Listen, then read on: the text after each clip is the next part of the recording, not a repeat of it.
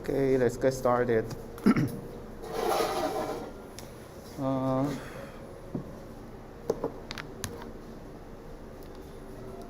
so this is the first week we have a hybrid lecture, which means that right now I'm in, I think, room 306, right? 306. And simultaneously, we are live streaming. Okay, so as before, we will start by asking some review quizzes. Okay, first, what is L2 norm? Okay, so I guess, although we have a couple of students here, but I need to assume that you are all online, so think about the answer. Okay.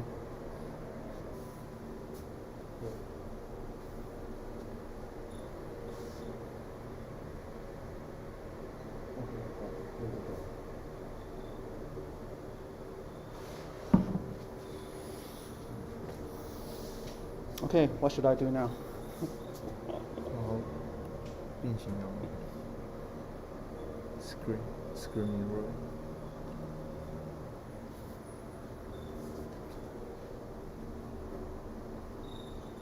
等一下，密码是 A7C。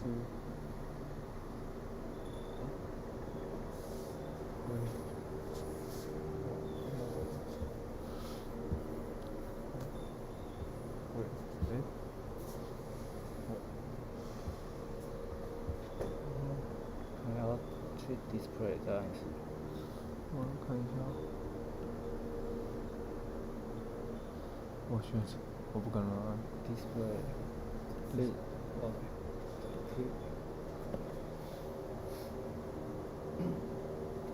OK。然后。图片放映，我跳出 OBS。No, it's not here. It's not here. It's just there. 哦。我先去回应学生。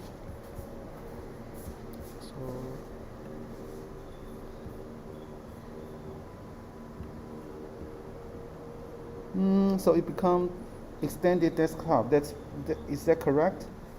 This should be the extended desktop.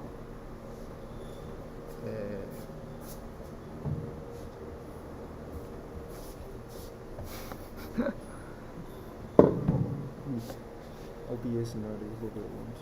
现在 PPT No, the PPT is not even here.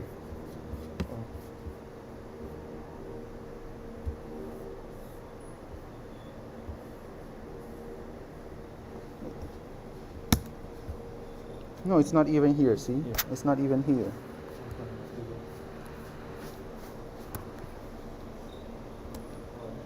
这个吧，三卡这个。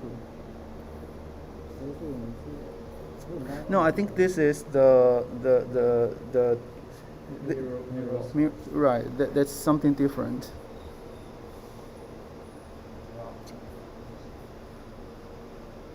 So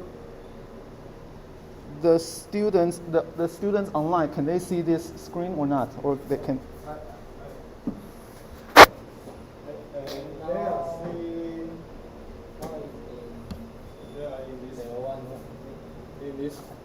But that's stuck. That's stuck. That's not even what we are. Yeah. That's like 5 minutes ago. How come this is so difficult?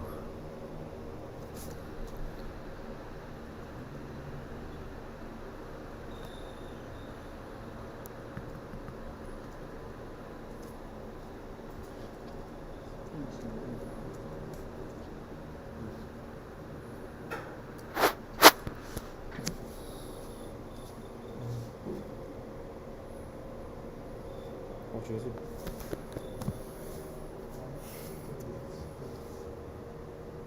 就我们上次是不是有遇到类似的问题？没有，从来没有这个打不来这里过啊。我们之前测试的时候。哦，真的啊。滑鼠键。现在在那里。你可以再全幕一次看看嘛，因为现在两边都变成是哪一种，会不会就可以了？好。跟没有。还是一样，好吧？我也是要改这个。哦，为什么？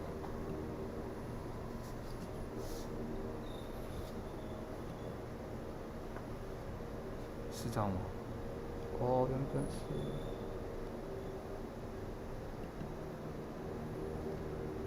不行啊，不能改，跟我上次调的不一样。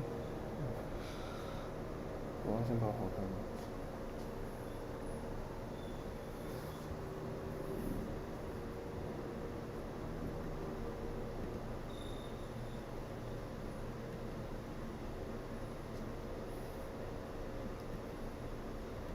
现在是3萤幕，对，3荧幕是合理的啊。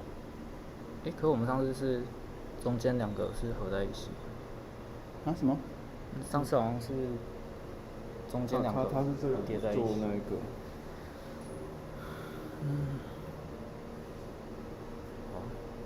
那我把它拔掉重连看看呢？我把它拔掉，让它重抓看看。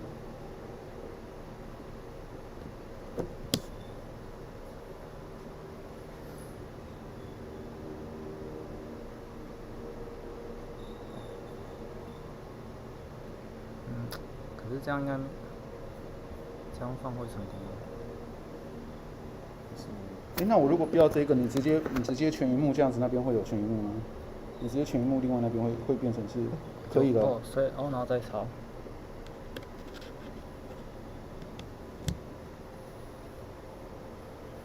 哦。那你在全萤幕看看，这样会好吗？没有还是只有一边呢。它现在变这两个是不同步的。他抓到的是，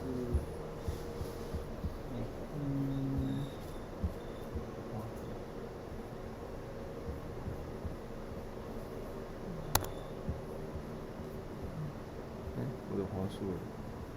哦，那是什么歌？Screen。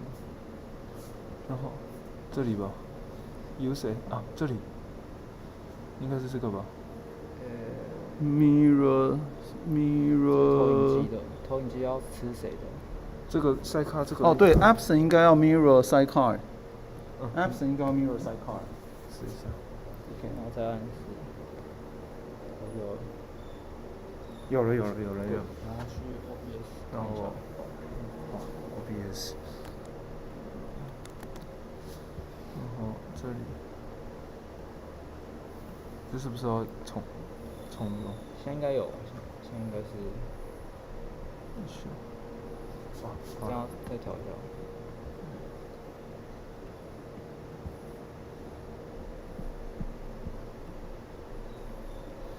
Okay, thank you.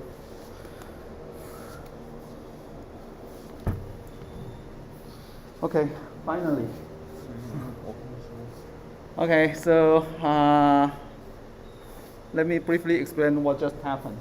So we have a laptop, and we have an iPad connected to the laptop. And meanwhile, we want to project what's on the iPad to the projector.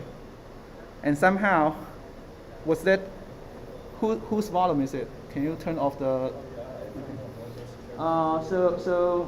the thing is that somehow we can project the slide from my laptop to the projector, but it was not shown on my iPad, which means I cannot write things on the iPad for some reason. Okay, but now we finally solve it. Hopefully there won't be any further problem. Okay, so the reason that we describe all kinds of different distance measures is because no matter you are using KNN or K-means, you need to compute the distance between two data points. And in different situations, you probably need different kinds of similarity measures or distance measures. Okay, that's why we define all these different kinds of distance measures.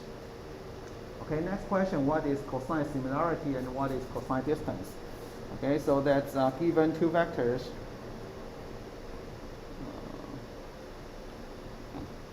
Given two vectors, let's say v1 and v2, for instance. Okay, and then cosine similarity between I should write cosine sim, means cosine similarity.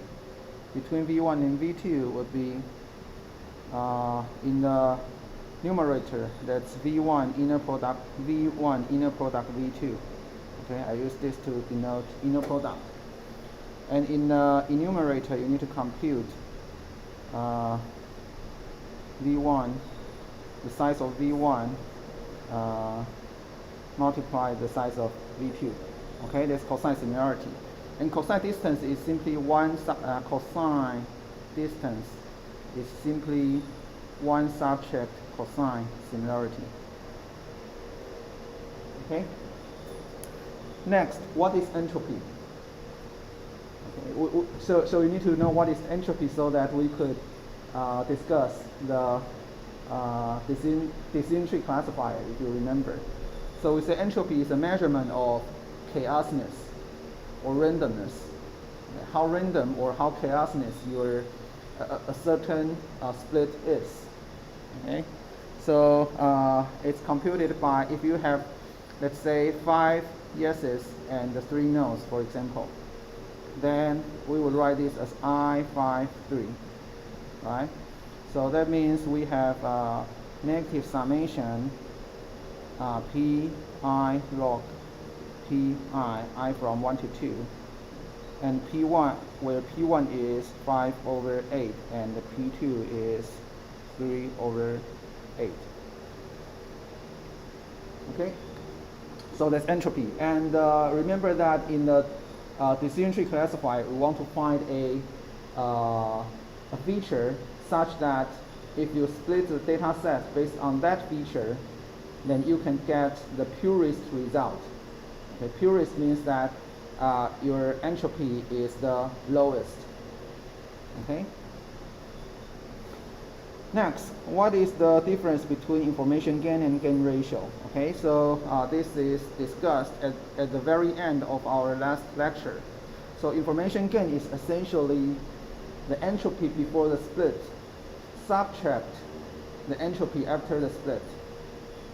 Okay, so that means how much purity score improved by selecting a certain feature as the criteria to group the data points. That's information gain. And one possible disadvantage of information gain is that if we select a feature with a lot of different values, then the splitting result will be very pure. We illustrated an example by using the ID as a feature. So if you use use ID as the feature to split the data set. And because ID is a unique value for every instance, so if you use ID as the feature to split the data points, then apparently after the split, each group has exactly one instance or one sample. So in that case, that means your split result is very pure, but that's probably overfitting. Okay, so we introduce another thing called gain ratio, which try to penalize a feature if it has a lot of different distinct values.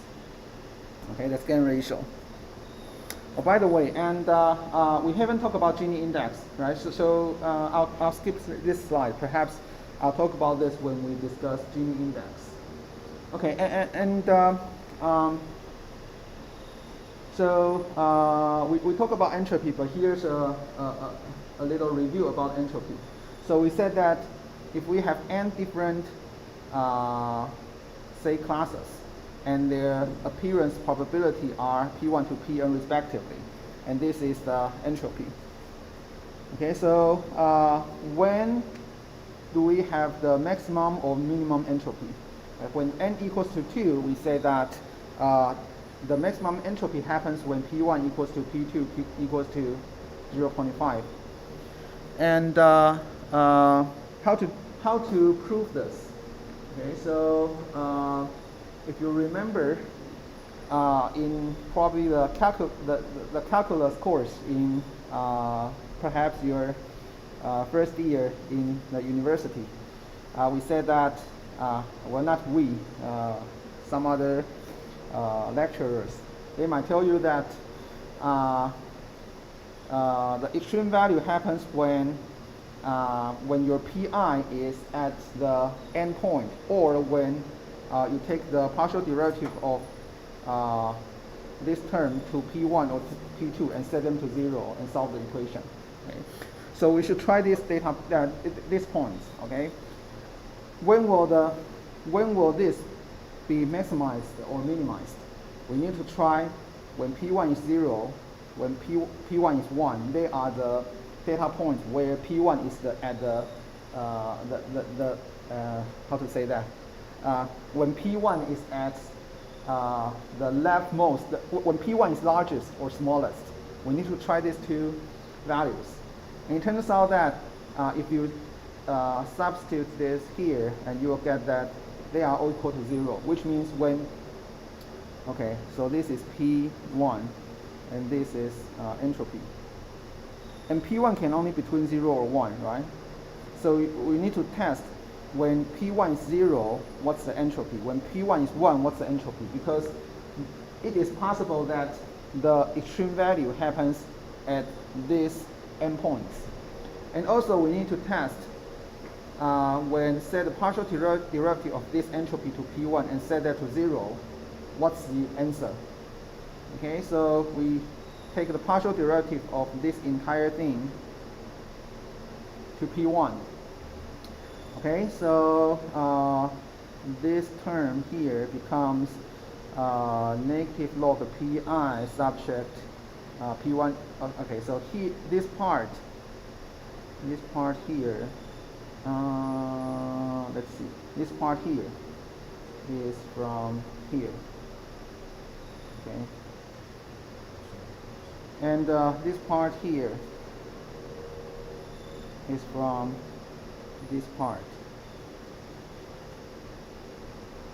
Okay, and then set it to 0, solve the equation, you end up having P1 equals to 0.5, which means this is another place where we have the maximum or minimum entropy. And if you plug in this 0.5 into this entropy formula, you will get 1, which means, okay, this is the maximum value. Okay, so it turns out that when P1 equals to P2 equals 0.5, we have the maximum entropy. When P1 is 0, we have the lowest entropy. When P1 is 1, we also have the lowest entropy. Okay, so that's how we prove it. If we have more than 2 classes, so that means we have 3 or more, then we need to use something called Lagrange multiplier to prove that the maximum value happens when all the pi's equals to 1 divided by n. That's where we have the maximum entropy. And what is Lagrange multiplier? We will introduce this thing, let's see, perhaps next week or 2 weeks later, we will introduce something called Lagrange multiplier. And at that point, if we have time, we can come back to prove this. But now you should probably know the property. So when will we have the maximum entropy? That's when all the pi's equal to 1 divided by n. And when do we have the minimum entropy? That's when certain pj equals to 1 and all the other pk's equals to 0 for all k not equal to j. Okay? In this situation, we have the maximum entropy. In this situation, we have the minimum entropy. How to prove that? We can prove by Lagrange multiplier, which we will introduce a couple of weeks later, perhaps next week or 2 weeks later.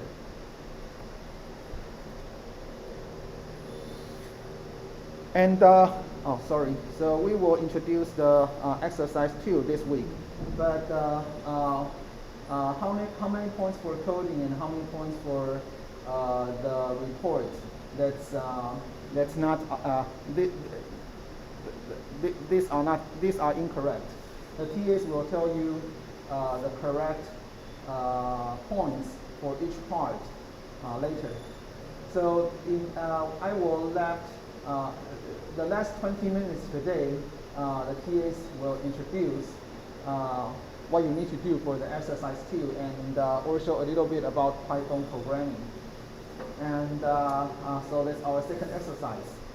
We will finish the decision tree classifier today, and that's our second exercise. And so in this exercise, you need to implement a decision tree classifier, and you need to implement something called tree pruning in this exercise. And you need to implement this by yourself. The TAs will give you some simple code to start with, and you need to modify that code as your exercise. And you cannot use the existing decision tree library. You need to implement that by yourself. Okay? So you need to submit your code and your report to the new EE class. And the due date is 2 weeks from today. So that's October 25th. That's a midnight between Monday and Tuesday in 2 weeks. Okay? Okay, let me open the other slide. Hopefully we will go smoothly. Let's see.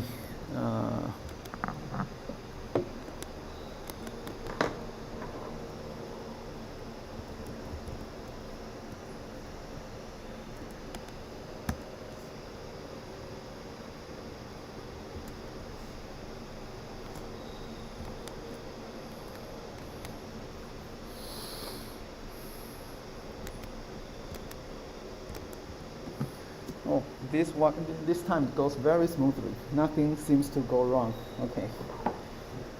Great. So we talked about decision tree last week, and let's see. Where's my cursor? Where's my cursor? Okay, here it is. Perhaps let's review very quickly using this example. Okay, so we said that here we have 14 instances. And we have 9 yeses. Oops. Open the pen. We have 9 yeses and 5 nos. So we said that the entropy based on this 9 yeses and 5 nos is this much. This is the entropy. And then we try these 4 different features one at a time and see which feature gives us the purest result after a split. Okay, so we use the age as an example. We found that for the young people, 2 yeses and 3 nos. So this is the entropy score. For the middle-aged people, we have 4 yeses, 0 nos. So this is the entropy score. And so on. We have 3 yeses and 2 nos for the senior people, and this is the entropy score. So, if we use age as a feature to split people into 3 groups, then 5/14 of them belong to the youth. 4 out of 14 belong to the middle-aged. 5 out of 14 belong to the senior. And this is their entropy scores. Okay, so we have this result. This is the entropy if we use age to split the people into 3 groups. And then the information gain is the entropy before the split, subtract the entropy after the split. And this is the information gain, which means how much purity score you improved, or I should say improved purity score. Okay? And likewise, you could compute the information gain by using other features to split the data set. And these are the information gains. And eventually we found that age is the best. So we will select age as the root. And then we have 3 subgroups. And for each subgroup, we can recursively repeat the previous procedure, which means we will try how good if we use income to split them into 3 groups. How good if we use student to split them into 3 groups, and so on. Okay, likewise, we need to try these 3 features for this group. But here it's already everything is yes, so we cannot split this part anymore. Okay? And then that's what we talked about last week. Okay, that's what we talked about last week. And we also talked about gain ratio, if you remember. So essentially, the idea is that if we have another feature called ID, and ID is 1, 2, 3, up to 14. Okay, every data instance has a unique ID. Then in this situation, if we use ID as the criteria to split these data instances, we will end up having 14 different groups. Each group contains only one instance, right? This is ID is 1, this is ID is 2, and so on, up to ID is 14. And each of them has exactly one instance. And that's a purest result you could get, because in the entropy here is 0. The entropy here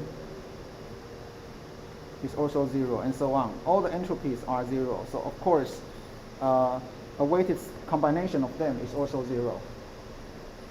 So that means if we use information gain to select the feature, we tend to select the features with many distinct values. And that's probably not good, because this is apparent this is likely to overfit the training data. Each leaf node has exactly one instance that's very likely to overfit the training data.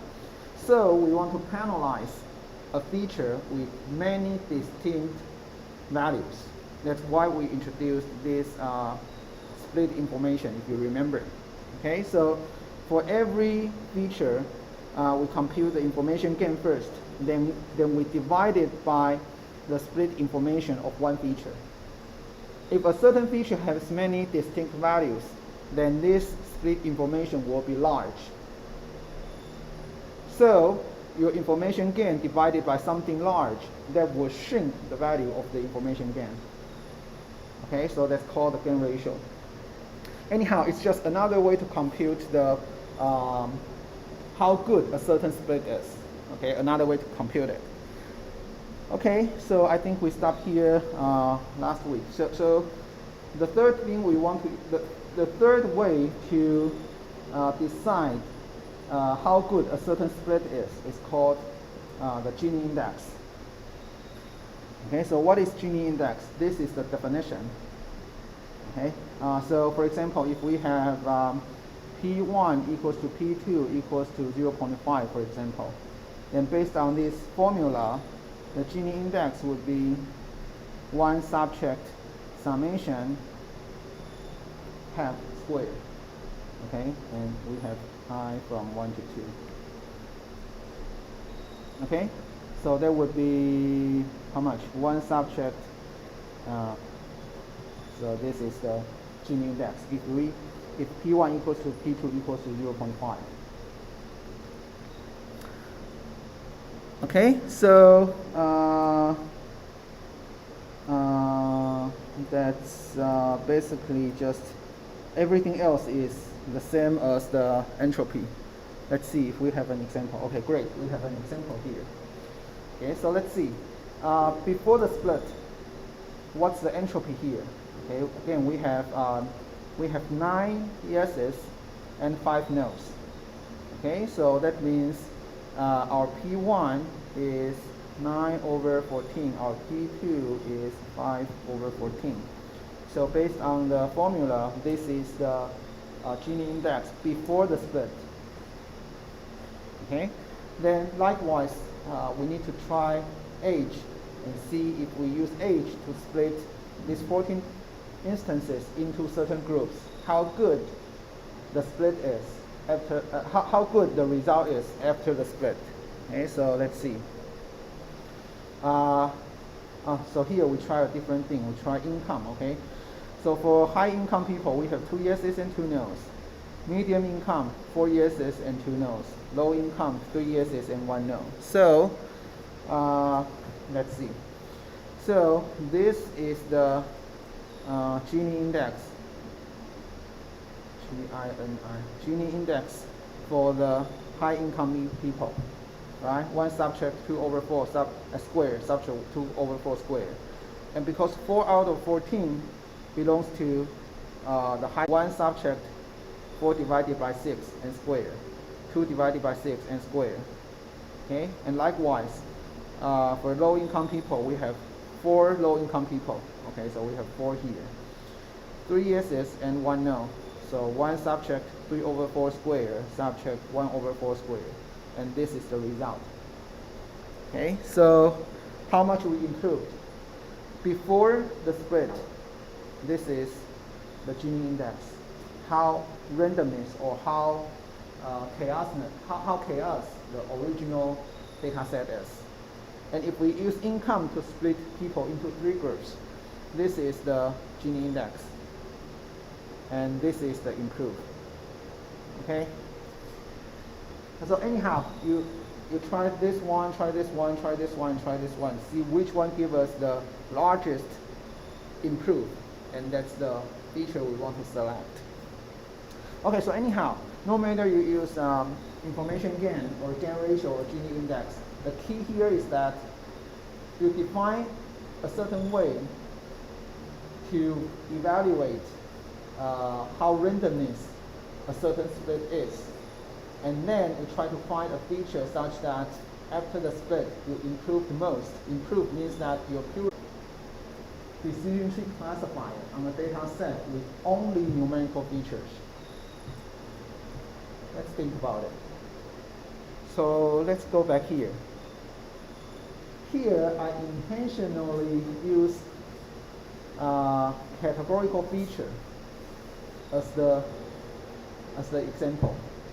Right? So when we choose age, we only sort of split the people into 3 groups. So if we have age, if we have numerical feature, can we apply the decision tree algorithm or not? Okay, the answer is yes, but think about it. If we simply regard the numerical feature as category, then we will end up having it's sort of like if we have if now we have the age is for example, if age is not like this, if age is really a number, okay, let's say 20 years ago, 20 years old, 25 years old, 40, okay, 60 something, okay, we have some ages here. If you treat age as a categorical feature, then it is very likely that all the ages are different. Then in that case, if we use age to split people into groups, then apparently every group after the split contains only 1 instance. So again, that's very likely to overfit the training data. So if we are dealing with a numerical feature, what should we do? Okay, so here is so here's the procedure, but I'll give you an example directly. So we'll skip this slide. Let's look at this example directly. Okay, so here we assume that we have a feature called temperature, and we want to use temperature to predict whether we should play tennis or not. And the first step is you rank the instances based on temperature. So here they have already it's already sorted, but the first step is you need to sort the instances based on this numerical feature. Okay, and then you determine the possible cutting point. So here we have 1, 2, 3, 4, 5, 6 instances. So where can we cut? Where can we sort of divide the data set into 2 groups? We could perhaps divide here. We could perhaps divide here, or here, or here, or here, or perhaps here, or perhaps here, right? So we have 7 ways to split the data set into two groups. For example, if I split here, that means that's sort of like I ask a question like temperature is less than, let's see, 45 or not. If yes, then go to this group. If no, go to this group, right? So if I have an ID here, this 1, 2, 3, 4, 5, 6, then the instance number 1 and number 2 goes here. Instance number 3 to number 6 goes here. Okay, so here I have 6 instances. So I have 7 ways to split them into two groups. Okay. So, but in fact, I don't need to consider all these thresholds. All I need to do is consider the cases where the ground truth goes from no to yes, or yes to no. These are the only places I need to check, because, let me erase everything for now and then to make it more clear. How do I do it? Let me erase everything. Okay, so I only need to try here and here. The reason is that if I split, for example, here, this result is definitely more chaos than this one. Because if I cut here, here is 2 no's and 3 yeses. Okay? But if I cut here, then these two are both no, and here we have 3 yeses and 1 no. So apparently, you only need to consider situations where the target goes from no to yes or yes to no. They are the possible cut point where you get the purest result. Okay? So we only need to check these two thresholds. Okay, so in this situation, we only need to check this is a possible cut and this is another possible cut. And we just take the midpoint of the range. So that means this one would be 54, I think, and this is 85. Okay, so we try to split here.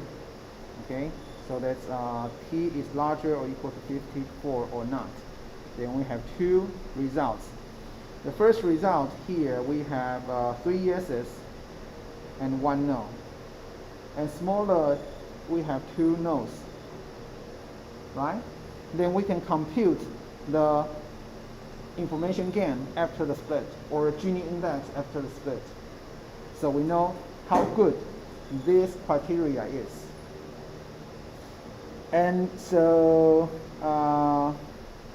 okay, so this is the information gain, 0.189. And then we try to split at 85. So that means we ask a question like, is T larger or equal to 85 or not? If yes,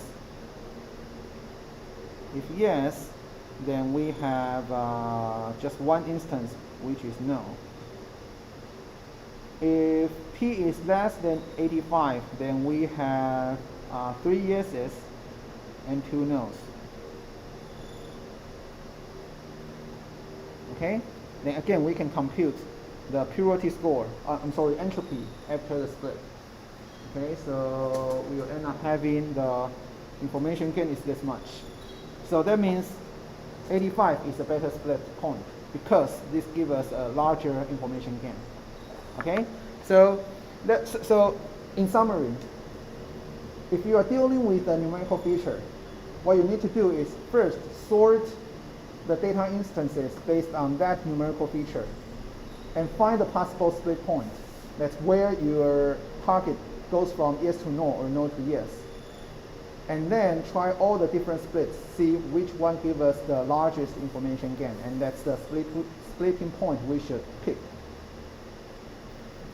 Okay, so we talk about information gain, we talk about gain ratio, we talk about Gini index. And then to summarize, so in fact, no matter which chaosness score you select, it turns out that if you just care about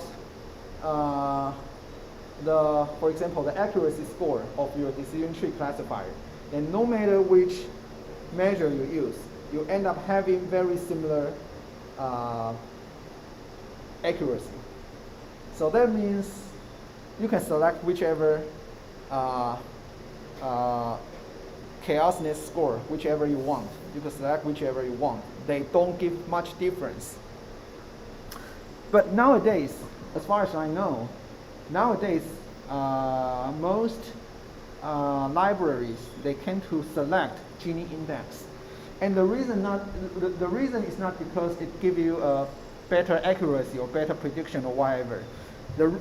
I think the main reason is that if you remember, this formula is one subject summation pi squared. And this one is negative summation pi log pi. And it turns out that this log computation is, compared to square, log requires more time to compute. So if you use information gain to build a tree, it takes a little bit longer for training. The reason is that log is harder to compute and square is easier. Okay, so that's probably the reason that nowadays, as far as I know, most decision tree classifiers use Gini index. But if you just care about the accuracies, then usually, no matter which one you select, they don't have much difference. Okay, so so this is just what I said. Okay, most give you a good result. None of them really significantly superior than the others. Now let's think about overfitting and underfitting for tree. Remember that when we are doing KNN, let's do a quick review. In KNN, KNN is the only supervised learning classifier we learned previously. So for KNN, the most important hyperparameter is probably the K. Okay, so that would influence whether you are overfitting or underfitting. So remember that in the KNN, if K is very small, your model tends to overfit or underfit. It's overfit. Okay, because when K is very small, you tend to pick very local information to make decision. Okay, so you are more likely to overfit training data, because if you have, for example, just one outlier, for example, that will influence the neighbors of that outlier, right? If you pick K equals to 1. So when K is small, you are very likely to overfit training data. But when K is extremely large, then you tend to underfit. So that's in KNN. How about this decision tree? So in decision tree, the single most important hyperparameter is probably the height of a tree. If you build a very high tree, or, well, we grow the tree from top to bottom. So if you build a very deep tree, then you tend to overfit the training data, because that means you have a lot of rules, right? But if your tree is very shallow, then you tend to have a you might underfit the training data. So how to do a proper how to build a tree such that it's not overfitting and hopefully it's not underfitting. So let's see. Okay, so here just explain what's overfitting. Okay, we said that decision tree performs 100% accuracy on the training data, but there are probably too many rules. So maybe this tree doesn't perform so well on the unseen data. So how to prevent overfitting? There are two possible ways. One is pre-training, one is post-training. pre-training means that you stop the tree from fully grown, which means that perhaps you limit the height of the tree. You say that if the height of the tree is larger than 5, you need to stop. There's one possibility. Or perhaps you could say that if the data points in a certain leaf node is smaller than a certain number, then you should stop splitting. Okay, because otherwise you might overfit the training data. Okay, so these are ways to these are called pre-pruning. Before you build the tree, you have already specified certain rules to stop the tree from continuing growing. Okay, that's called pre-training. But today we will spend some time talk about post-pruning, which means that first you just grow the tree as deep as it can, and then after the tree is fully grown, we come up to see where we should cut the tree such that it's probably a good cut. Okay? And so this will be part of your exercise. So you better pay attention. Okay, so the idea is that on the one hand, we want the training area to be small, which means your tree captures some information between the feature and target. So this part is the training area. We want the training area to be small. Simultaneously, we want the size of the tree to be small as well, because if the size of the tree is small, that means you probably have fewer rules. Okay, and we believe, so fewer rules is probably good, because if you have very few rules, but you can do very well on the training data, that's probably a very useful rule. Okay? And this alpha is a hyperparameter used to decide this part is more important, training area is more important, or the size of the tree is more important. Okay, so let's look at it. So there are many different ways to define what's the size of a tree. But here, let's use a example. Okay, let me give you the example directly, and so let me explain the I'm sorry, it's 3:54 already. So let's take a 10 minutes break. We'll come back at 3:04.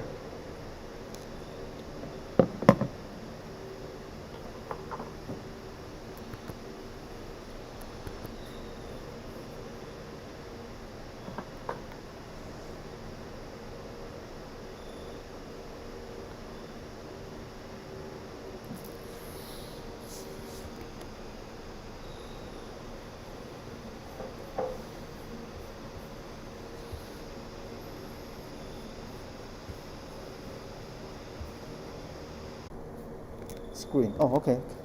Okay, so no problem. Okay, let's continue. So during the break, one student was asking, I need to come back to the laptop here. Otherwise, the online students may not be able to hear my voice. So I need to come back to the laptop. So during the break, one student was asking, the sort of like the relationship between information gain and gain ratio. So let me briefly review this concept. Let's probably go back to the formula of gain ratio and explain there. Let's see, where is gain ratio? Okay, so here. Okay, let's use this slide to explain.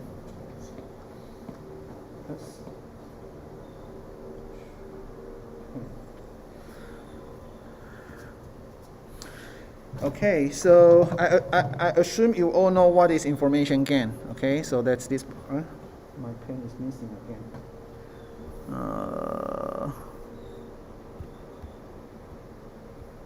Pen. Okay. So I assume you all know what is. How come I cannot draw it? I already selected pen, but it doesn't come out. Pen. Okay, now it works. So I assume you all know what is information gain already. And why do we want to divide this information gain by this split info? So the key concept is that if a certain feature A contains a lot of distinct values, then the split information of A tend to be larger. And we said that we want to penalize the features that has many distinct values. The reason is that if we select a feature with a lot of different distinct values, then the result tend to be purer. It's because every group after the split has very little instances, right? So of course they tend to be sort of purer, but it's probably overfitting. So we want to penalize those situations. That's why we want to divide the information gain by this split information. Okay, let's come back to the example of post-pruning. Where is it? Let's see.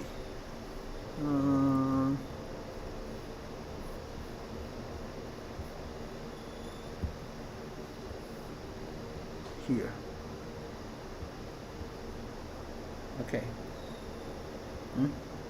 It's popped to somewhere else. Okay. Okay, let's use this as an example. So here, this is a tree. Let's assume that using the information gain or whichever as the splitting criteria, and we build a tree like this. Okay, so at T0, this means that we have 55 yeses and 25 nos. Okay, so in total we have 80 samples, and 55 of them are yes, 25 of them are no.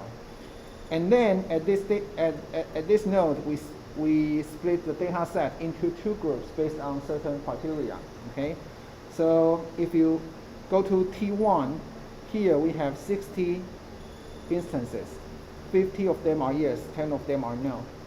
Likewise, here we have 20 instances. 5 of them are yes, 15 of them are no, and so on. Okay, so if we build a tree like this, and then if in the future a certain test instance follow a rule comes to, for example, this node, then it will be predicted as yes because most of them are yes. Okay? And so if we just based on the training data, how many errors are made based on this tree? How many mistakes will this tree make? Okay, so let's see. Here we have 45 instances, training instances. 44 of them will be predicted as yes, and one of them will predicted, this is in fact no, but it is predicted as yes. Okay, so this one is a mistake. Okay, so, and likewise, for these 5 data instances, 2 of them are yes, 3 of them are no. So in the future, this one, every instance falls into T8 will be predicted as no. However, in the training data, 2 of them are in fact yes. So these 2 are the mistakes. Okay, likewise, here we have no mistakes in the training data. Here we have no mistakes. Here we have 1 mistake. It should be a no, but it will be predicted as yes. Okay, and here this one will be incorrectly predicted. It should be an yes, but it will be predicted as a no. Okay, so that's how we read this tree. And then next, we want to cut this tree. Okay, we want to find a place where. So where is a good cut? A good cut should be like, if you cut at a certain point, apparently you might make more mistakes. You might make more mistakes, but hopefully not too much. And if you could cut a large portion of the tree, but only make a little bit more mistakes, that's probably a good cut. Okay, so let's check. So this is essentially a formula between how many errors before the how many errors after the cut subtract how many errors before the cut. Okay, that essentially means in the numerator that essentially means how many more mistakes you make after you cut at a certain point. And here in the denominator essentially means how large is your cottage tree. Okay, so let's look at the example here. If we cut at T1, T1 is where is T1? Oh, if we cut here, let's see. If we cut here, that means how many mistakes we will make. Okay, so let's see. After the cut, how many mistakes we will make? Oh, I'm sorry, not here. Let me erase everything and draw again because I sort of draw it wrong. Erase pen. Sorry. So cut here means, let me cut here. Okay. This means if I cut at T1, that means this is preserved. If I cut at here, then how many mistakes I will make after the split? These are the mistakes I will make, right? Because if I cut at this point, future instances forced into T1 will be predicted as yes. And in the training data, here we have 60 training instances forced into T1. 10 of them are no, but that will be predicted as yes. Okay, so after the cut, 10 of them will be predicted as yes, but in fact they should be no. Okay, so we have a 10 here. What's the number of mistakes before the split? Okay, before the split, this is wrong, right? This is wrong, this is wrong, and this is wrong. So before the split, we have 1 plus 2 plus 0 plus 0, which means we have 3 mistakes. Before the split, we have 3 mistakes. After the split, we have 10 mistakes. So if we cut here, we have 7 extra mistakes. And why didn't we consider this part? Because this part doesn't really change. Right? Including this part or not, that doesn't really matter. Okay, so we ignore this part. Anyhow, so if we cut here, we have 7 more mistakes. And let's think about the other part. So before the split, we have 4 terminal nodes here. Right? We have 4 terminal nodes. After the split, we have just 1 terminal node. Okay? So we use the number of terminal nodes to sort of represent how large the tree is. So in the denominator, we have 4 subtract by 1, which means the number of terminal nodes goes from 4 to 1. Okay, so this is our sort of like a value to evaluate how good or how bad a certain cut is. Okay, and because we want the number of errors to be increased as little as possible, and we want the number of trees being cut to be as large as possible. So we want to select the smallest alpha. That's probably the best fit, the best way to cut a tree. So this is the value if we cut at T1. Let's look at another example. Let me erase everything again. Erase. Okay? Let's check if we cut at T2, which means if we cut here. Okay? Again, if we cut here, we don't need to consider this part because that doesn't influence our computation. So we don't need to consider this part. We just consider this part. So before the split, how much mistakes?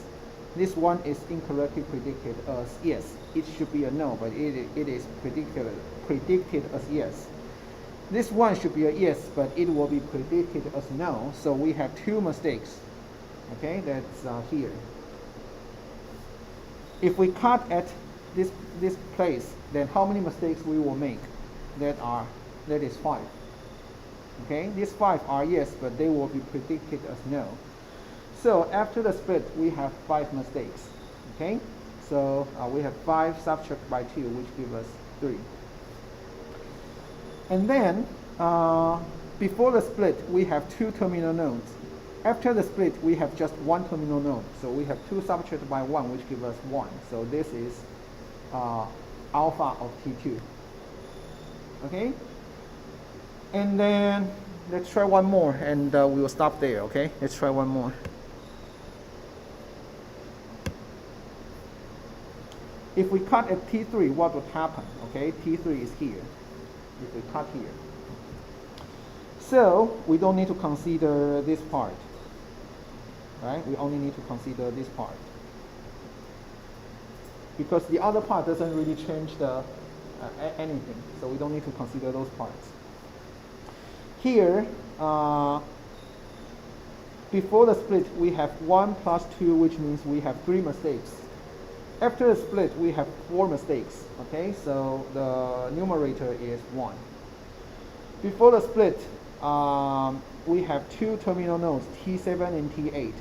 After the split, we have just 1 terminal node, T3. So we have 2 subtract 1, which gives us 1. So this is the result. Okay, anyhow, so how many different cut points you need to try? You need to try like cut at T0 or T1 or T2 or T3 or T4, right? You need to try all these different splits. So in fact, I also need to have something I missed here. So you also need to try what if I cut at T0. Okay, so let's do it now because I missed it. So let's see. After the split, we would have 25 mistakes here. Okay, so we have 25. Subtract what?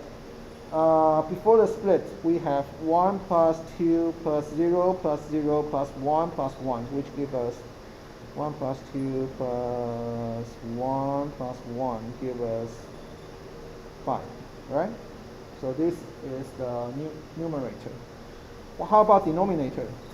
We go from 1, 2, 3, 4, 5, 6. 6 terminal nodes up to 1. So we have 7. Oh no, I'm sorry, 6, right? 1, 2, 3, 4, 5, 6. Right, 6. Subtract 1. Okay, so this gives us 20 divided by 5, which is 4. Okay, so eventually we will choose this one because this is the smallest, which means it's probably the best. Okay, so we will pick this T3 as the cutting point.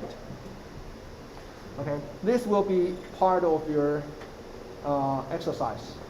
Okay, you need to find a good splitting point, and cut the tree, and perhaps do this recursive. The TA will tell you more details perhaps later. Okay, in fact, I write T0. Okay, so this is after you split at the T3. After you split this part, you will end up having this tree, right? And then again, you can compute all the different cutting points, right? You could cut here or here or here or here. Okay, so you need to try T0, T1, T2, and T4. And here, because here we have 2. T1 and T2 both give us the same value, so you just randomly pick one from them. Okay, they both give us 3, the smallest value, and then you just randomly pick one from them. Okay, how come I have these notations in the next slide? Let me erase everything. How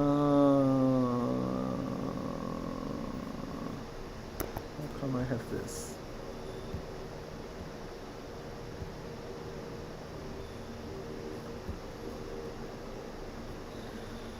Okay, and the next issue about classification tree is that, in fact, the decision tree classifier is a greedy algorithm.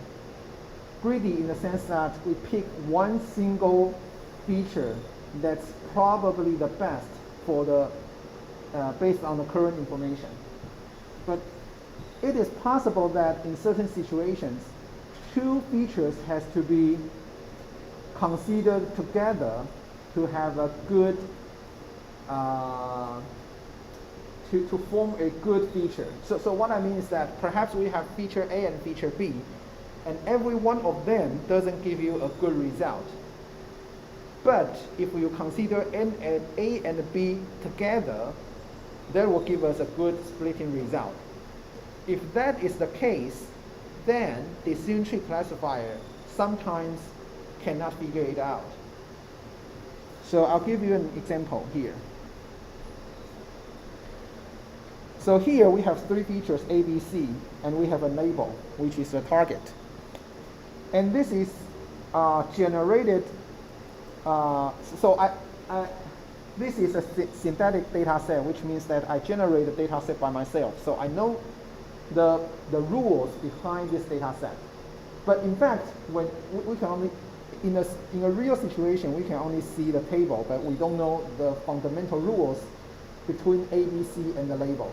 Okay, but because I generate the data by myself, so I know what's the relationship, the true relationship between A, B, C, and the label. So the true relationship is like this. I generate A and B first, randomly, 0 or 1, randomly. And then the label is simply A XOR B. Okay, that's how they are generated. Okay, so you can see A and B, if one of them is 1 and the other of them is 0, then the label is always 1. If both of them are 0 or both of them are 1, then the label is 0. Okay, that's the true relationship between A, B, C, and label. And what is C? Then C is, for 80% of the time, it is, or I should write like this. C equals to label for 80% of the time, and equals to the inverse of label for 20% of the time. Okay, that's how I generate A, B, C, and label. So in fact, an ideal tree should be just look at A and B and make the decision.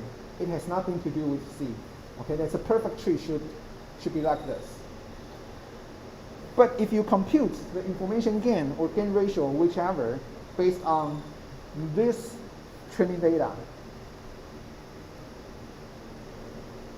if you look at A alone, then for 50% of time, A equals to label. For the other 50% of the time, A equals to label inverse, which means that A alone has no information. If you want to predict label by just looking at A alone, that doesn't tell you anything. Likewise, if you compute B alone, that doesn't give you anything as well. Okay, so if you compute the info A and info B, they both give you entropy 1, which means that ideally, well, I mean, if you have a lot of training instances here, apparently I just give you some of them, but if you have a lot of training instances and they are generated based on the rule I specified here, then if you compute the entropy of A and entropy of B, they all give you 1, which means there's very chaos after the split. However, if you use C to split the data set, that tells us some information, because for 80% of the time, C equals to label.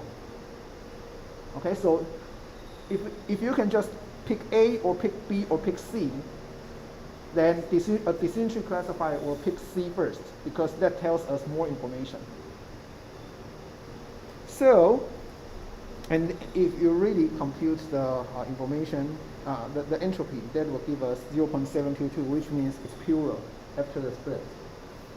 Okay, so a decision tree classifier will pick C first. That means, this is the tree that will be generated by a decision tree classifier. But apparently, because we generate the data ourselves, so we know that this is not a perfect tree. A perfect tree should be like this. You don't need to consider C at all. You just need to consider A and B, and then make the prediction. Okay, so that's an example where I want to let you know that decision tree classifier sometimes, because it finds the features, it selects the best single feature. So it's a greedy algorithm. So although A and B together give us the perfect result, but A alone or B alone tells us nothing. So in this situation, the decision tree classifier will pick C as the feature. Okay, so that's an issue. So then you might ask, if picking one single feature sometimes give us the more complicated rule, the less ideal decision tree classifier, then why not consider all possibilities? Okay? So the simple answer is that if you want to do that requires a lot of computation.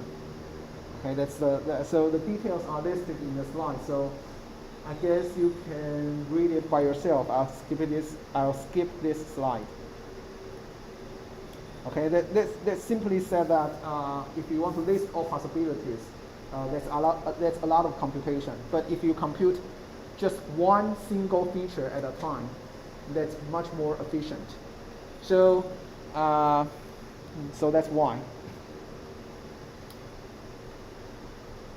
Okay, next, let's think about, so we have already talked about decision tree classifier. So can we try to build a sort of like decision tree regressor? Which means, can we use the algorithm to solve a regression problem? Okay, so think about it. How did we build a decision tree classifier? Okay, we said that we want to pick a feature such that after the split, the result is as pure as possible. That's how we build a decision tree classifier.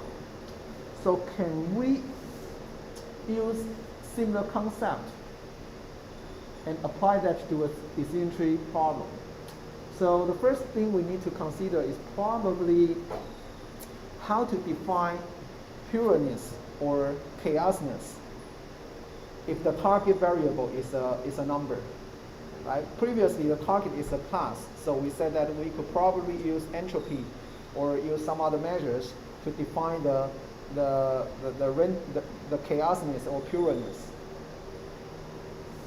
But if the target variable is a value, what is pureness? What is chaosness? How to define that score? So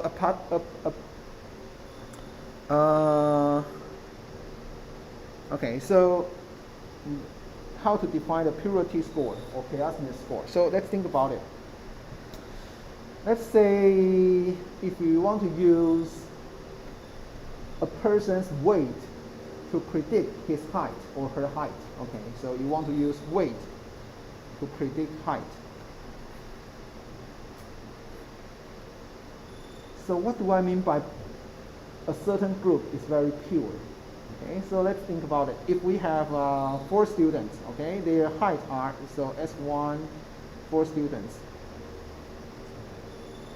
And their heights are, let's say, this is 180, this is 160, 165, and 175. Okay, these are their heights.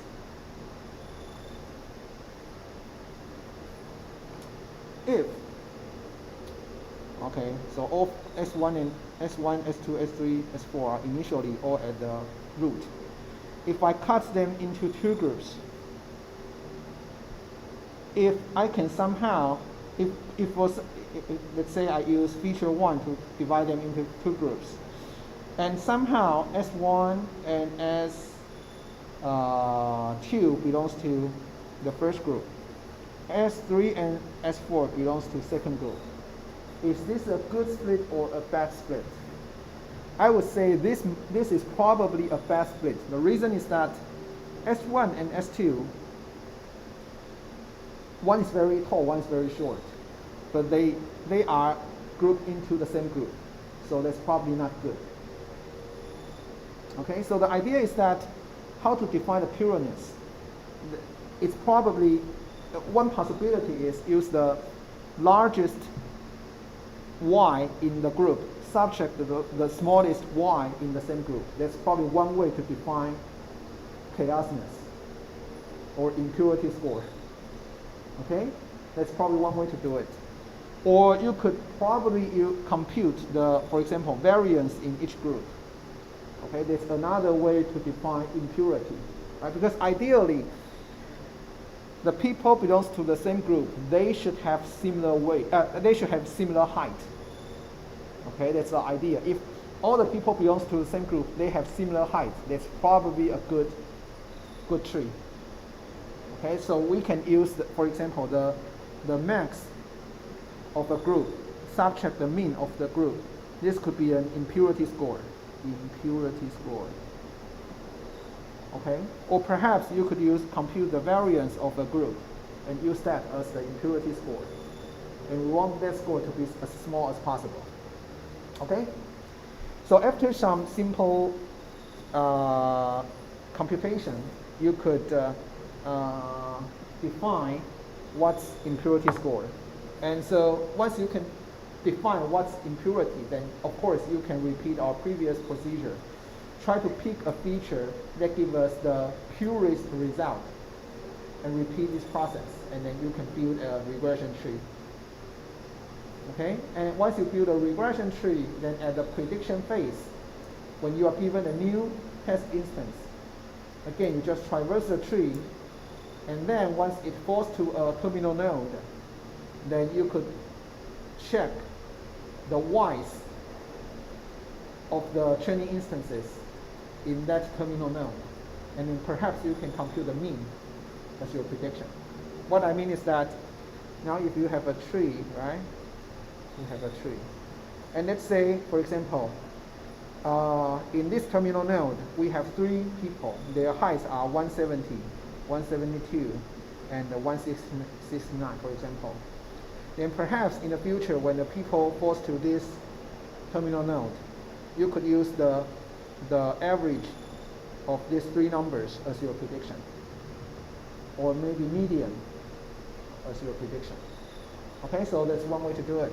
So after some simple modification, you can turn a classification tree, a decision tree classifier, into a decision tree regressor.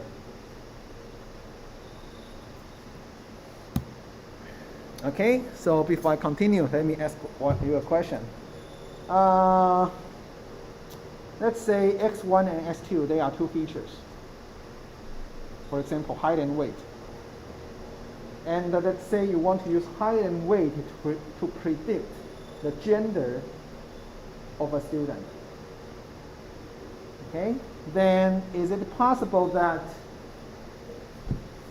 a decision tree ends up having ends up splitting the entire dimension space into this shape? Is it possible or not? The answer is it's not possible.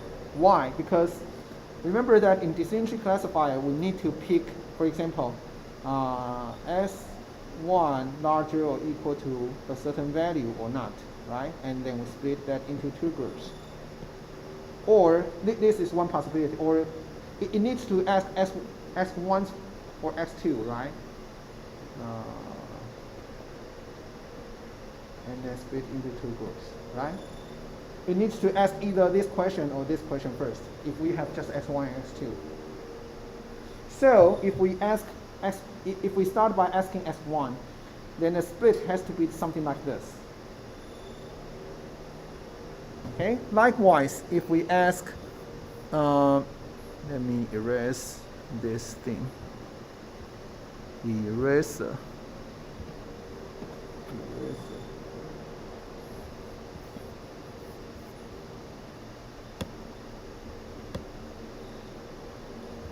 if we ask x2 larger or equal to wi first, then that needs to be something like this. Okay, so you need to have a certain split such that a certain x1 or x2 is split into two parts. But apparently in this figure we don't see that. But this one is possible. Okay, so this one is like the tree could be something like this. Okay, for example, one possible way to split the entire feature domain into this is it could be x1 is larger or equal to t1 or not. Then you have two splits. Okay, and then next question is perhaps s1 is larger or equal to t3 or not. And then you further have two areas. And then if s1 is larger than t1 but smaller than t3, larger than t, so this is yes, this is no, this is yes, this is no. Okay, so if s1 is larger than t1 but smaller than t3, then you end up in the R3 region. And then so here you can continue to ask, is x2 larger or equal to t4 or not? And you have an yes or no. If yes, then you end up in the R5 region. If no, you end up in the R4 region. Okay? And for here, you can ask if S1 is not larger than T1, then the next question could be X2 is larger or equal to T2 or not. And again, you have yes and no. If yes, then you are in the R2 region. Otherwise, you are in the R1 region. I hope I did it right. Okay? So it is possible to have a decision tree classifier that split the entire feature space into this shape. However, in our previous example, you cannot find a decision tree to split the features in this shape because you either need to have something like this or something like this first. Okay?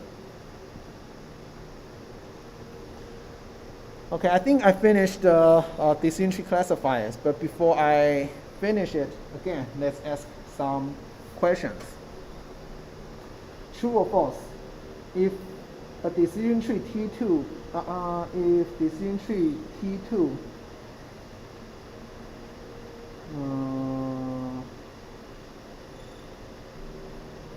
okay, so there's some there are some grammar error here. So if a decision tree, if given a decision tree T2 and pruned okay. So you are given let's see, pruned tree of decision tree T2. Oh, okay. So here should be an is. I know what I. Okay. If decision tree T2 is a pruned tree of T1, okay. If a decision tree T2, if a decision tree T2 is a pruned tree of T1, then T1 is less likely to overfit the training data. True or false? So you have T1, and then you prune it, and you get T2. Then I ask you if T1 is less likely to overfit the training data. True or false? In fact, T1 is more likely to overfit training data than T2 because T1 has more rules. So if you have more rules, you are more likely to overfit the training data. Does that make sense? Okay. Next question. Consider the following training data. What is the entropy of the training example? And what is the information gain of F2 relative to these training examples? Okay.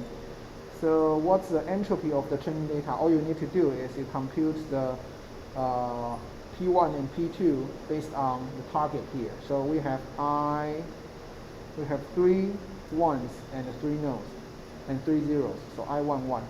So it means P1 equals P2 equals 0.5, and we know that it should be 1, right? So that's the entropy of the training example. And now it asks what's the information gain of using F2 to split the data set. So let's see. So we ask F2 is true or false, right? And yes is here, no is here, okay? So these are true, true, true, true, okay? So we have 1, 1, and 2 zeros, okay? So we have 1, and the number of 0 is 2, okay? And for the false, we have 1, 2, 3, 2 ones and 1 0.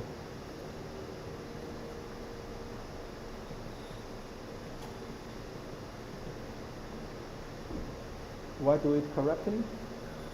If I made any mistake, please let me know. Okay? Hopefully I didn't make any mistake. Okay, then you can compute.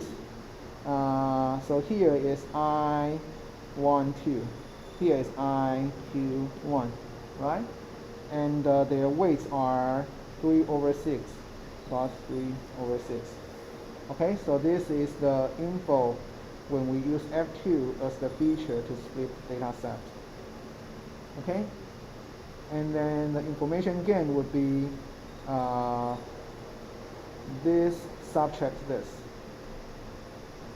Okay, that's your result. Hopefully I hope I didn't make any mistake. Okay, so that's all about decision tree classifier and decision tree regressor. And before I move on, I want to talk about something called random forest. So based on the name, it seems that random forest, since we have the name forest, it seems that we have a lot of trees. Okay, so let's think about it. If we build a tree based on the methods we introduced, for example, we use information gain to decide how to pick the features, then no matter you build 1 tree or 100 trees, that doesn't really have any difference, right? Because all the trees will be identical. If all trees are identical, why build many trees? That doesn't seem to make sense. So that's why we need to have another property, random, here. Okay, random means that we need to inject some kind of randomness into either the algorithm or the data set, such that every tree will be different. In this situation, then it makes sense to build many trees. Okay, so how do we inject the randomness? We have 2 ways to inject the randomness. One is we enforce each tree to be able to only see part of the available features. So for example, if you have 100 features, perhaps we can sort of limit, we ask each tree to be able to see only, for example, 10 out of the 100 features. Which 10 features just randomly pick. Okay, so in this case, since every tree use different features to build the classifier, so every tree will look different. Okay, that's the first thing we inject into the algorithm, such that the tree might be different. The second randomness is that we subsample the training data. That means that, for example, if we have 10,000 data instances, then we say each tree can only look at some of these 1,000 data instances. Okay, so that's randomness number 2. So we inject 2 kinds of randomness. One is every classifier can only see part of the features. The other is every classifier can only see part of the data instances. So at the end, since every tree use different features and different training data set, so their tree will be different. Okay, and then so random forest is that you just use random features and random data instances to build different trees. For example, you could build maybe 100 different trees. And then at the predicting phase, you just ask each of these 100 trees, what's the prediction? What's their prediction? And then you just use majority voting. Okay, if most of the trees say yes, then your prediction is yes. Okay, so that's random forest. So the disadvantage of this method is that apparently you need more computation. So your training time might be longer. But fortunately, random forest is highly parallelizable because every tree is independent to the other trees. So if you have enough computation power, you could parallelize this computation. Okay, if you have 100 different nodes, then each node can build an independent decision tree classifier. And even in the testing phase, that can be parallelized because every tree can make their own decisions. Okay, so in summary, decision tree for either classification or regression, they can sort of generate the rules, the if-else rules. So they are sort of interpretable, explainable. Once you make the tree make a prediction, you can sort of based on the if-else rules to figure out why a decision tree makes such a prediction. Okay, so that's the end of decision tree classifier. Let me check if there's any questions on the YouTube and any questions for the students in the classroom. Let me check the YouTube first. Okay, there's no question here. How about students here? No question? Okay, if not, let's continue.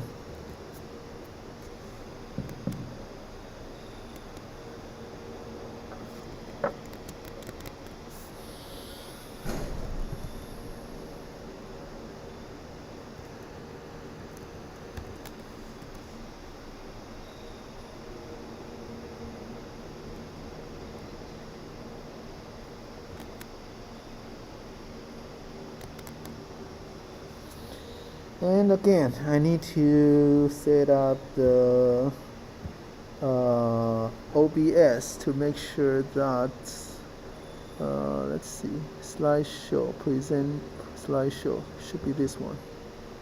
No? Doesn't work. Okay, let me try again. Slideshow. No, doesn't work. Let's see. Let's try some. Okay, now it works. For some reason. Okay, so next I want to talk about linear regression. But before I talk about linear regression, I need to tell you some sort of like a background knowledge. And that's why I need to talk about matrix differentiation first. And then after you know what's matrix differentiation, then we could formally start to talk about linear regression and perhaps logistic regression. Okay. Oh, that's 3:51. So let's take a 10 minutes break again. So we'll come back at 4:01.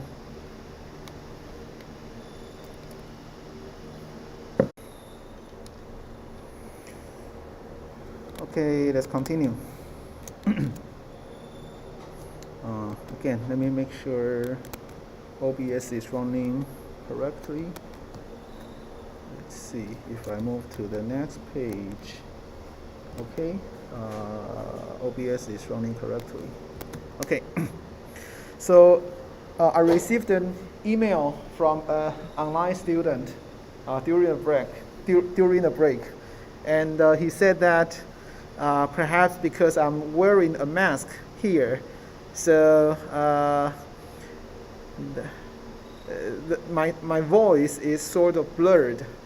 So perhaps I need to be a little bit closer to the laptop. But in this situation, can I do? Because I need to write something on the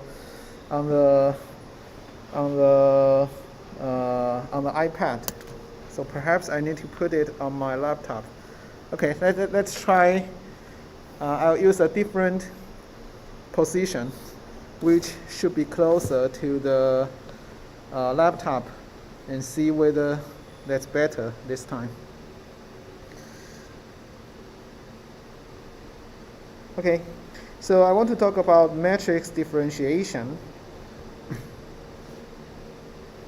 So what is matrix differentiation? That's a specialized notation to do the multivariate differentiation. Let me open the pen. Okay, it's a multivariate differentiation. Okay, and so let's introduce some notations first. So in the future, for most of the time, if I wrote lowercase x without boldface, that's a scalar. If I wrote a boldface lowercase x, that's a vector, and in particular, that's a column vector. Okay, column vector means that it's like this. Okay, it's S1 up to Sn. That's a column vector. And if I wrote an uppercase X with boldface, that means a matrix. Okay, so that's X11 up to S1 1D.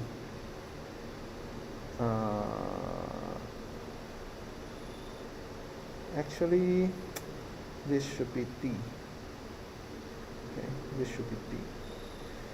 Okay, and X21 up to X2D. X N1 up to XND. Okay, and we call this X1. This is X1 transpose, and this is X2 transpose. This is boldface X. Okay. X and transpose. Okay, so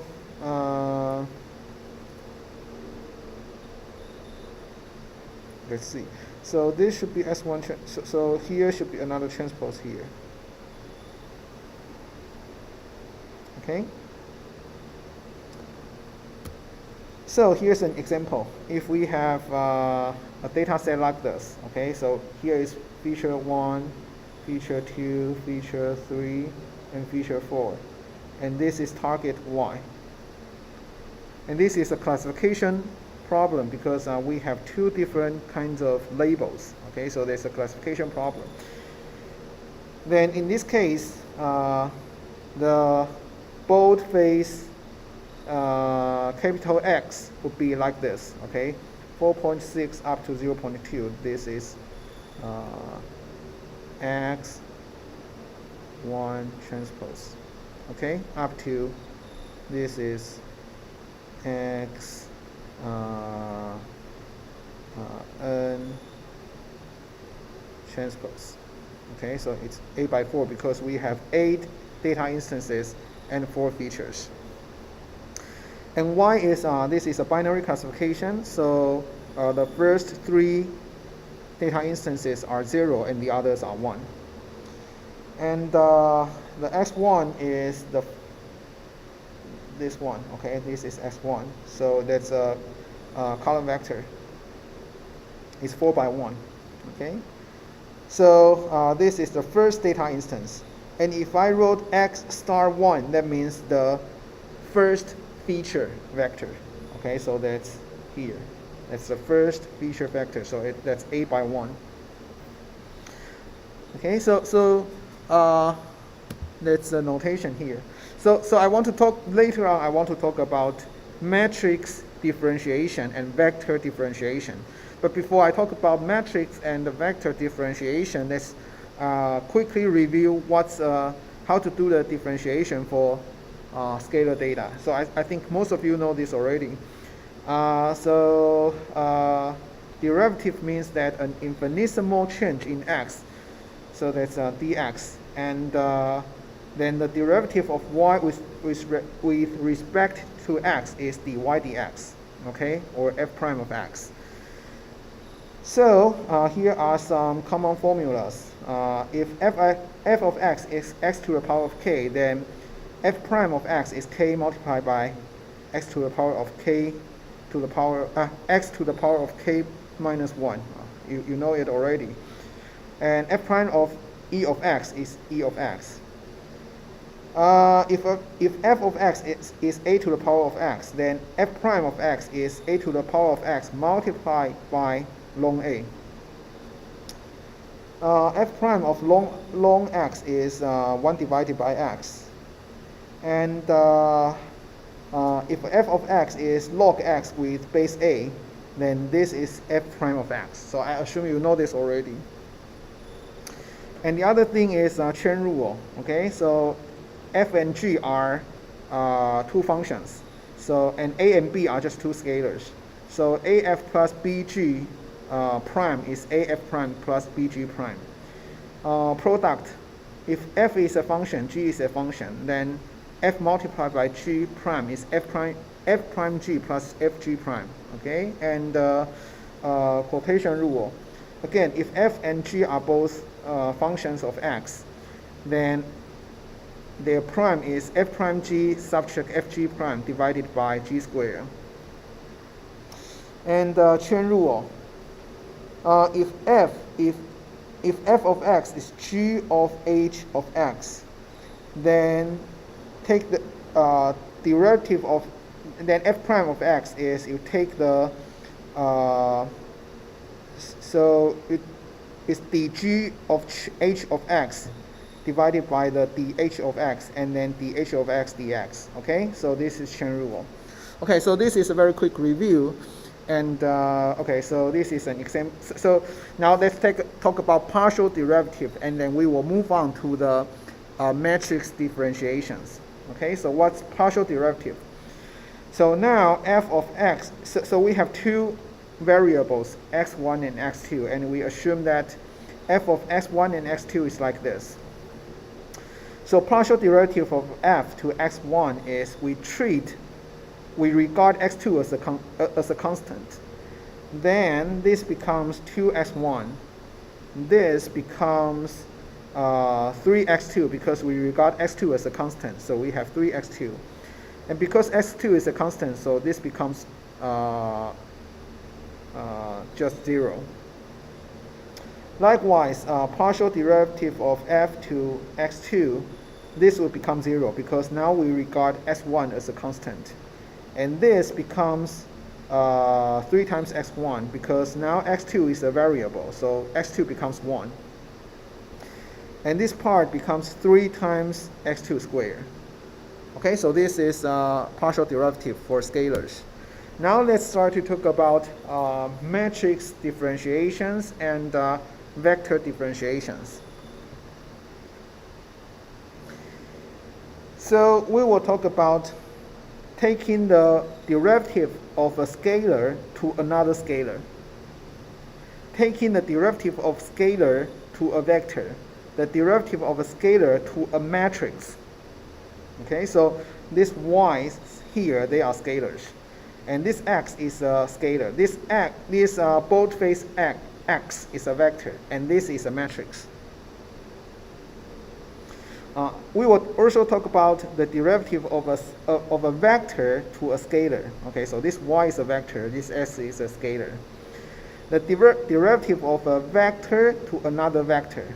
This y is a vector, this x is also a vector. We will not talk about the derivative of a vector to a matrix for the reasons I will explain later. And we will not talk about the derivative of a matrix to a vector, and we will not talk about derivative of a matrix to a matrix, but we will talk about the derivative of a matrix to a scalar.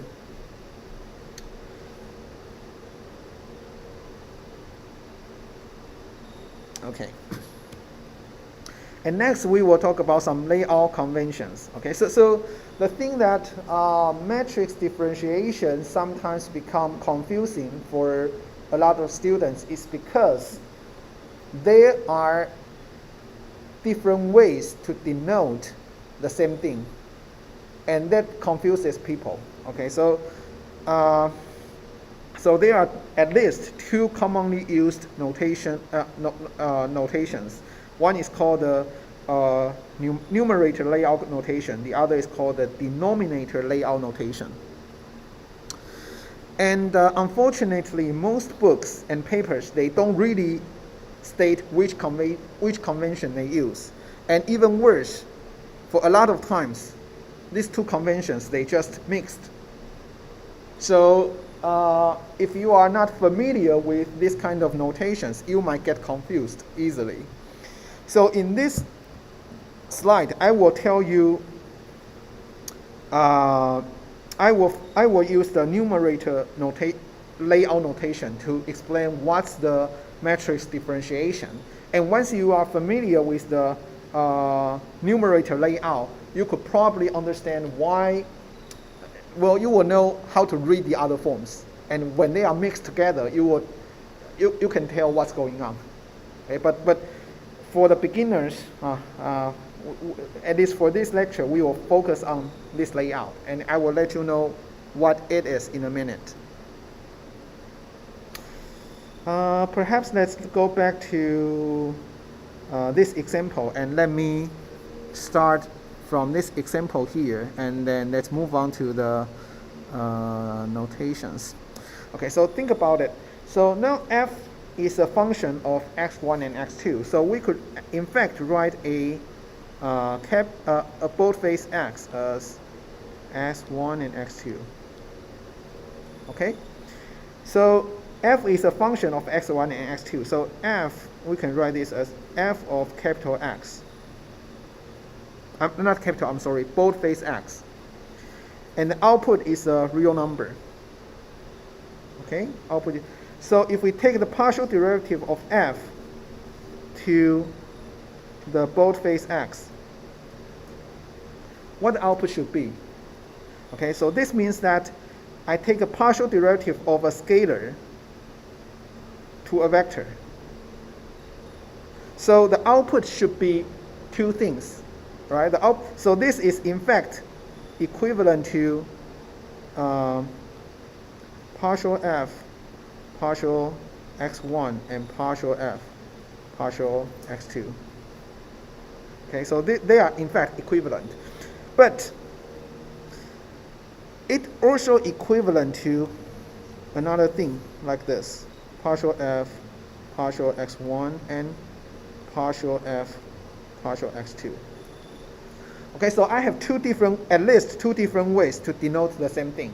They could be written as a column vector or a row vector, but essentially they are the same.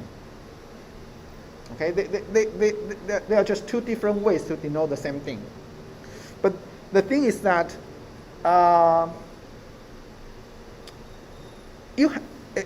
ideally you should fix your notation. So either you always use the column vector to denote the result, or you always use the row vector to denote your result. You should fix how you denote the notations. But unfortunately, people commonly mix up these two terms. That's why there are some confusions. Okay, so so one way is called the numerator layout notation. The other is called the denominator layout notation. Okay, so let's look at this slide. Okay, so let's first look at if you take the derivative of a scalar or a vector or a matrix to a scalar. Okay, so in the denominator there's always a scalar, but in the numerator there could be a scalar or a vector or a matrix. Okay, so let me give you a even more complete example. So let's say in the first example it's simple. It's simply your y is, for example, x squared. Okay, so of course partial y, partial x will give you just one scalar, which is 2x. Okay, so this is simple. What do I mean if y is a vector? Okay, let's say y is y1 and y2. That's a vector. Okay, so y1 could be, for example, x squared. y2 could be, for example, 2x. Okay, so y is, this is boldface y. Okay, boldface y, that's y1 and y2. So what do I mean by partial y, partial x? Okay, that essentially means partial y1, partial x, and partial y2, partial x. Okay? So in this example, there would be 2x and 2. Okay, by if y1 is x squared, y2 is 2x. Okay. Now, what does this mean? Okay, so that means we have multiple different y's. So there could be y11 is 2x, y12 is 3x, y21 is x squared, y22 is x cubed, for example. Okay, so your y is in fact y11, y12, y21, and y22.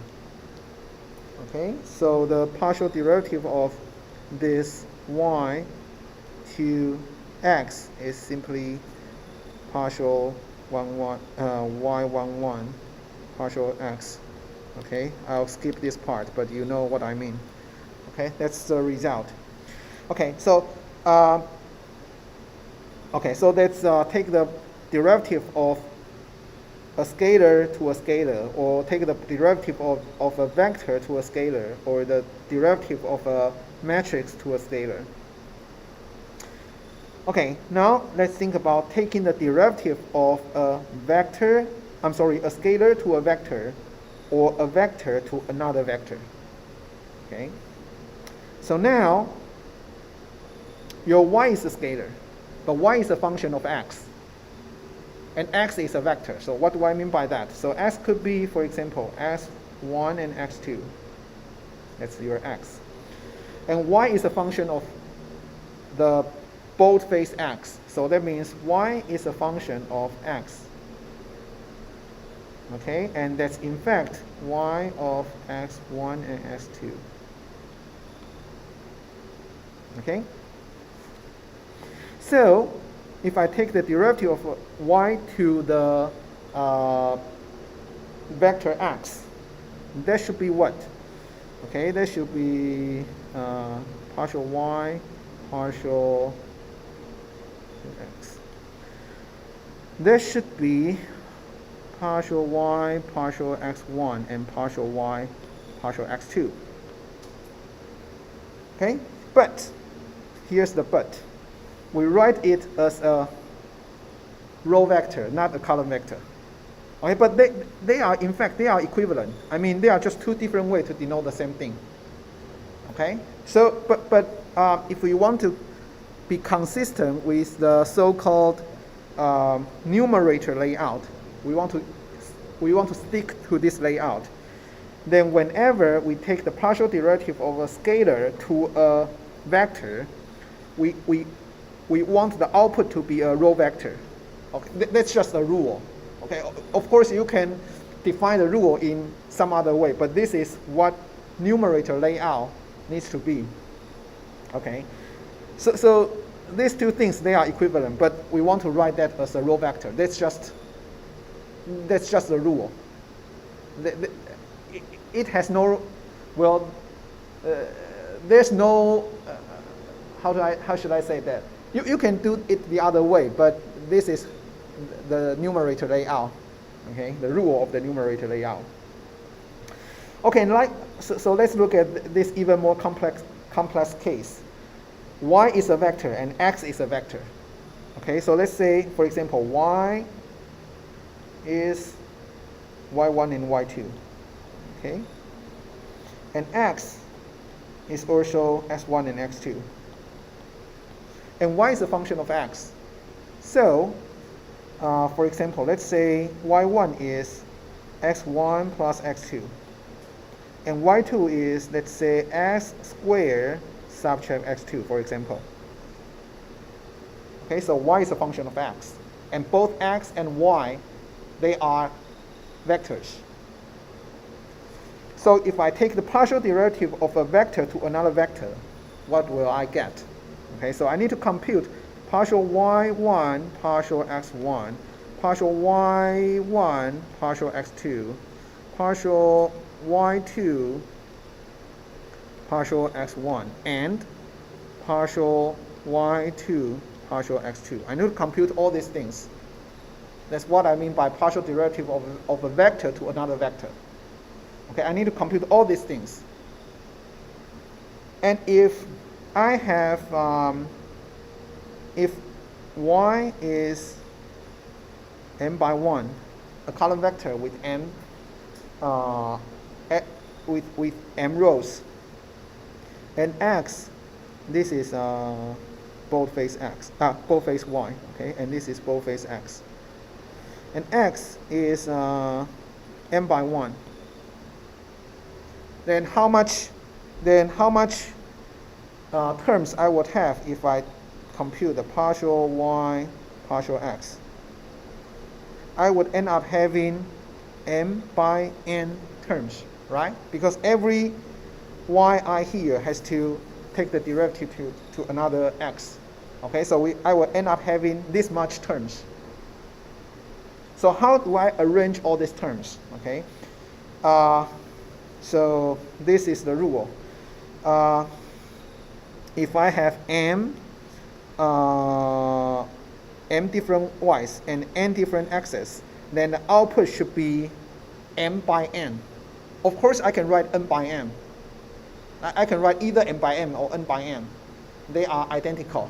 But if I use the numerator layout, I enforce the output to be m by n. Okay? I have last 6 minutes. Let's see if I can finish this. I think I can. Okay, finally, a scalar to a matrix. Okay, so that means you have m by n axis.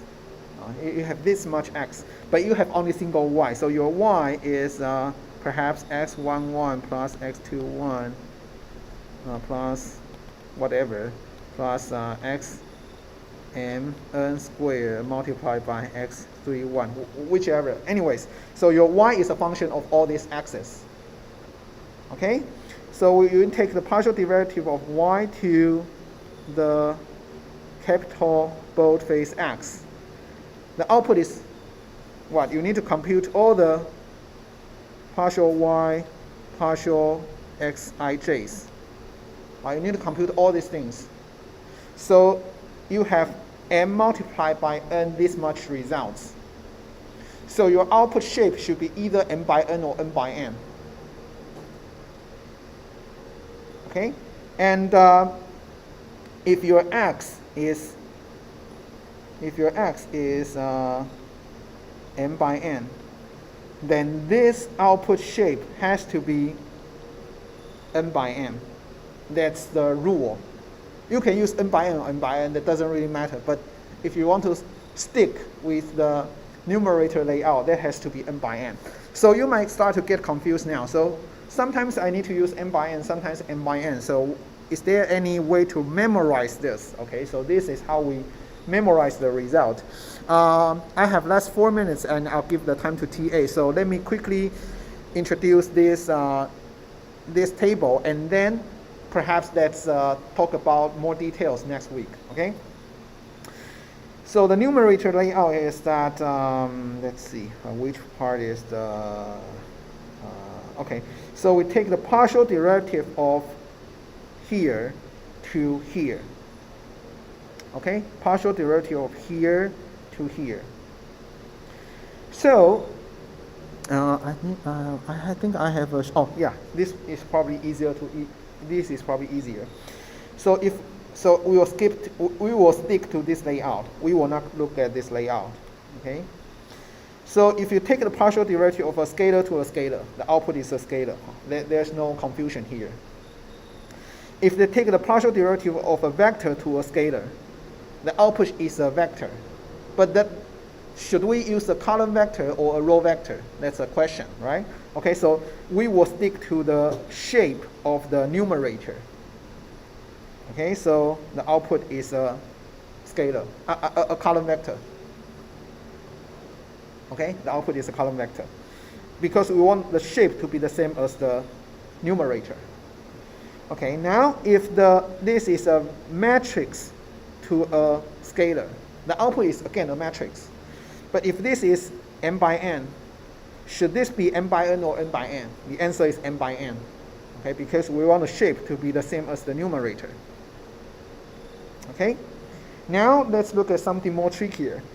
If we take the derivative of a scalar to a column vector, what's the output shape? Okay, so it could be a row vector or a column vector, but here we want to use a row vector. So this one should be sort of like the transpose. The shape of this should be a transpose of the denominator.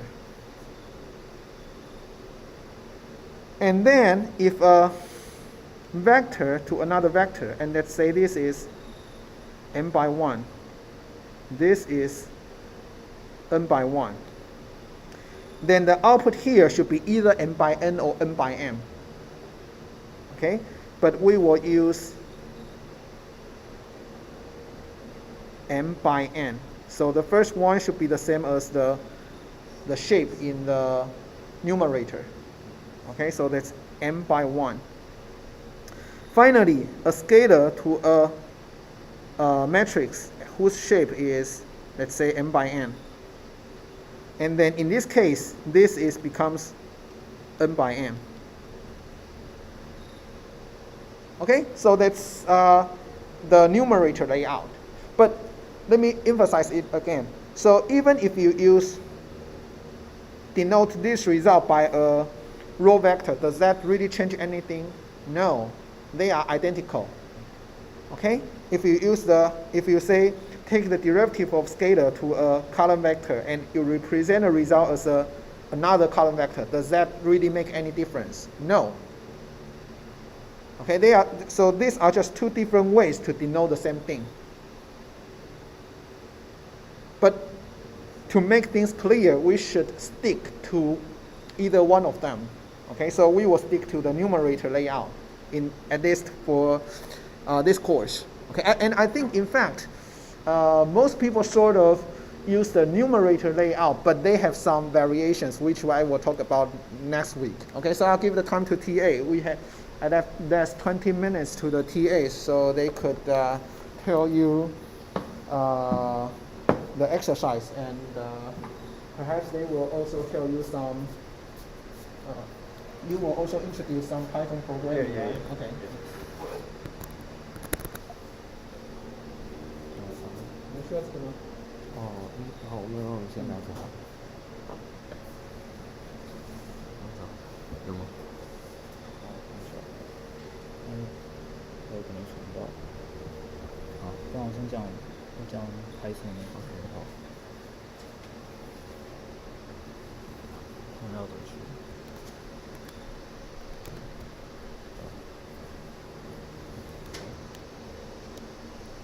下载在哪里？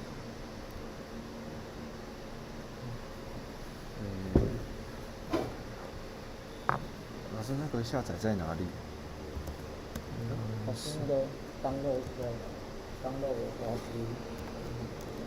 CD download 是，你是Python，我看Python。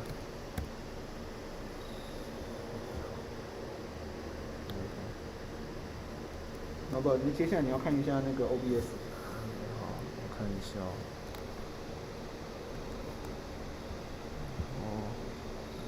我要换。你可能先随便点一下别的东西，然后再点回去。 OK 好。好。拿错。这个。OK 啊。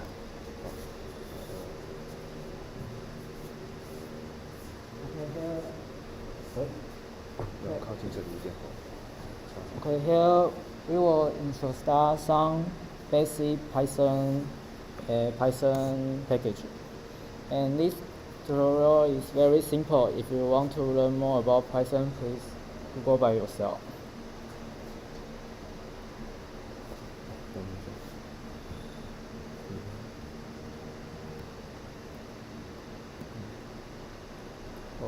Okay. And this is alright. Some will introduce how to download and how to use Python. And the version we will suggest you to use Python 3.0 above, and its newest version is 3.10, which was released in 2021. And first is download. Download, you can go to search Python and then go to their website. And first click the download and then view the full list of downloads. And then you can choose the app is the newest version. And here is 3.8.6. But however, is Python 3 above is okay. And then we will suggest you to choose this Windows 64-bit. We recommend this installer. And then click and use the default setting. And then you will complete your install. And we introduce some Python IDE or editor. First is VS Code. You can install a Python extension, and it is very useful to help you to edit your Python code. And then it's Jupyter Notebook. Jupyter Notebook is you can edit your Python code in the web page. And next is Anaconda. Anaconda is a very famous standard platform. It can manage your Python package.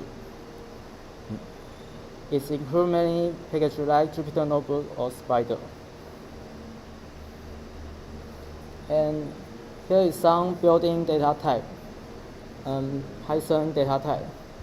And Python has some follow data, like text type is str, is string type, and numeric type is int for context, and some sequential type like list or tuple, like a array. And mapping type you can use dictionary, and some set type, boolean type, and binary types. And the operator is also simple. You can use a double line to plot diversion and or not, and like in or not in. This means if x in y is x is a element of the set y. And some Python package you may need to download. And we suppose you to use NumPy. It support many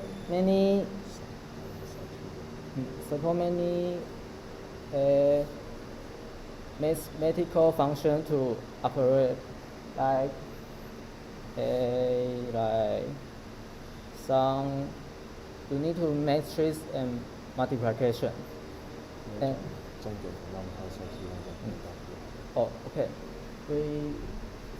In this code, you may download NumPy and scikit-learn and pandas. And this scikit-learn is produce some machine learning algorithm, and Panda is just like the Python CSV.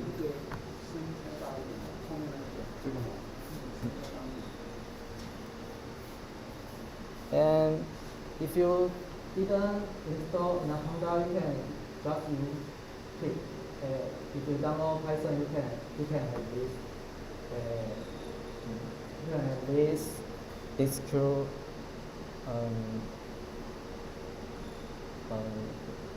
page. Then you can install. Also, in this class, we must use NumPy, scikit-learn, and pandas.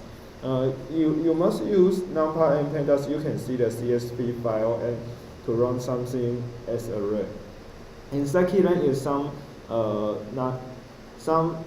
machine learning algorithms such like decision tree or some like k-means, kn in the scikit-learn. Also, it also have including some of preprocessing algorithms or do something. Yes. So you can use the pip install to install some every package. If you don't have the Anaconda, if you use Anaconda, you can use Conda install, such as the something in the PowerPoint. You can use pip install to install the NumPy, SciPy, scikit-learn, pandas, anything else. So this is our resource. You can use this, and later we will to introduce this time's homework.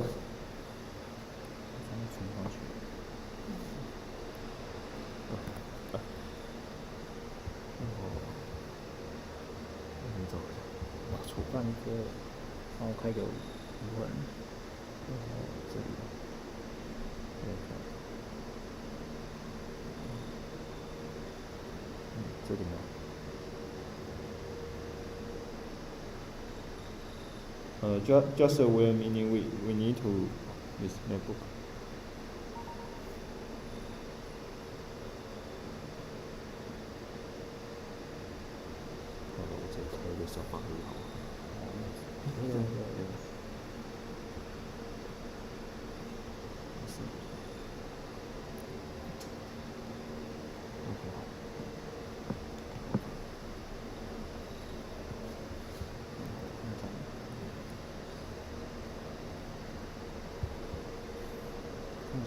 OBS 要改。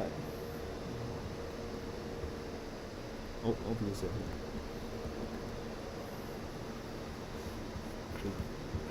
要先点别的地方。